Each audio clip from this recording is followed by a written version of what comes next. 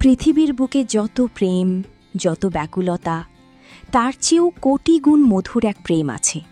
তা হল রাসূলের প্রেম, আশিকে রাসূলের হৃদয়ের আকুতি। আর সেই আধ্যাত্মিক প্রেমের টানেই সুদূর যুক্তরাজ্যের রাজধানী লন্ডনে বসেছিল এক অনন্য মিলন মেলা। বিশ্বের প্রায় ৪০টি দেশের সহস্রাধিক রাসূলপ্রেমী মানুষের অংশগ্রহণে অনুষ্ঠিত হয়ে গেল গ্লোবাল আশিকে রাসূল সাল্লাল্লাহু আলাইহি ওয়াসাল্লাম কনফারেন্স ২০২৬।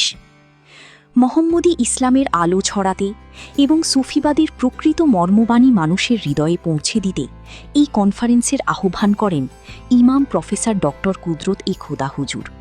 দেওয়ানবাগ শরীফ যুক্তরাজ্য শাখার আয়োজনে স্থানীয় সময় রোববার বিকেলে লন্ডনের একটি কনভেনশন হল রূপ নেয় এক আধ্যাত্মিক স্বর্গরাজ্যে, যেখানে সুফিবাদ আর স্রষ্টার প্রেমের মাধ্যমে আত্মিক জাগরণের এক অপরূপ ছবি ফুটে ওঠে।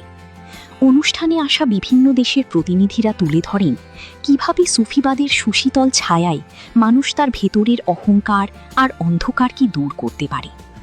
কনফারেন্সের মূল বক্তব্যে ইমাম কুদরতি খোদা হুজুর এক চরম সত্যের বাণী উচ্চারণ করেন, যা প্রতিটি মানুষের হৃদয়কে স্পর্শ করে গেছে।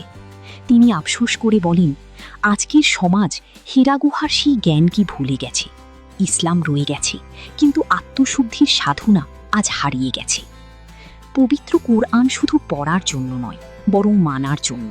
এই আহ্বান জানিয়ে তিনি বলেন, কোরআন জানা আর কোরআন মানা কিন্তু এক জিনিস নয়।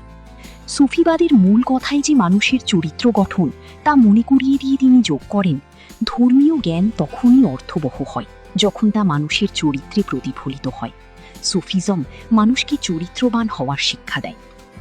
বিশ্ব শান্তি আর মানবিক সম্প্রীতির এক মহাসত্য তুলে ধরে তিনি বলেন, ভালোবাসার উপরে কোনো ধর্ম নেই, ভালোবাসার উপরে কোনো ইবাদত নেই।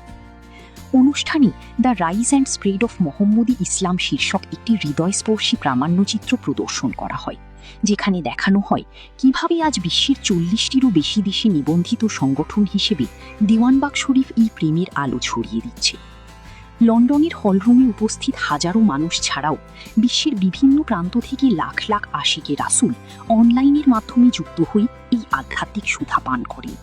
সবশেষে পরম ভক্তিভরি মিলাদ শরীফ পাঠ এবং বিশ্ববাসীর শান্তি, সম্প্রীতি ও মঙ্গলের জন্য কান্না বিজড়িত মোনাজাতের মধ্য দিয়ে শেষ হয় এই মহাসম্মিলন।